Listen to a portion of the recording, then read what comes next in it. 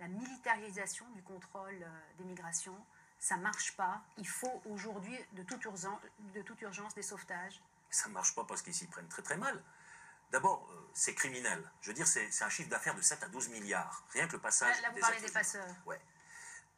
C'est ça. Ensuite, il faut bien voir que les pays d'origine d'où viennent ces gens, par exemple, cette migration-là, ça ramène par les gens qui arrivent à passer et qui ensuite renvoient du pays, de l'argent dans le pays, ça représente environ le 20% du PIB, par exemple, d'un pays comme le Burkina Faso. Donc personne n'a un intérêt à ce que ça s'arrête. C'est ensuite la main-d'œuvre bien bon marché, parce que les filières passeurs ont en plus les filières de travail au noir. Ils ont toute la lignée, et donc ils importent, si on veut, ces travailleurs noirs qu'ils vont ensuite sous-exploiter en Union européenne. Donc il y a tout un système en place, et la réponse de l'Union européenne à ce niveau-là, elle est totalement insuffisante. Il faudrait punir de manière beaucoup plus Oscar sévère ces gens-là. l'Union européenne, depuis hier, travaille sur un plan en 10 points.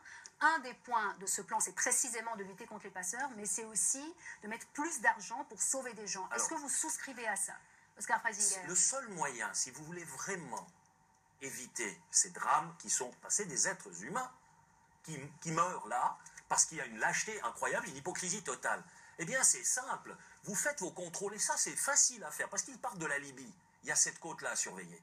D'accord, vous concentrez vos moyens là-dessus. Il faut les empêcher de partir. Vous les empêchez d'entrer en haute mer, vous les arrêtez à vue de la côte, ils sont obligés de revenir vers la côte, vous stoppez là, et là il n'y a plus d'un qui se noie, c'est aussi simple que ça. Et puis si vous voulez vraiment être humanitaire, c'est illégal, mais alors là, on n'en a rien à foutre. Il y a quoi de légal en Libye actuellement? Il n'y a plus rien de légal. Il n'y a même pas un pouvoir légitime, il n'y a rien. Alors, face au chaos, on prend les mesures qu'il faut, mais là, personne n'a le courage en Union européenne de faire un truc comme ça. C'est le seul moyen efficace. Mais les Espagnols le font sur leur côte. Ils se sont fait rétamer par le comité pour la prévention de la torture il y a une semaine. La prévention de la torture, quand on évite aux gens de se noyer dans la Méditerranée, à mon avis, on agit plutôt pour l'être humain que contre lui. Non, c'est illégal, c'est contraire à l'article 3 de la Convention européenne des droits de l'homme. Ça s'appelle le principe de non-refoulement. Vous n'avez pas le droit, y compris dans les eaux internationales, de refouler quelqu'un sans l'identifier et sans lui demander s'il a besoin d'une protection internationale, quel que soit le passé de la personne. Donc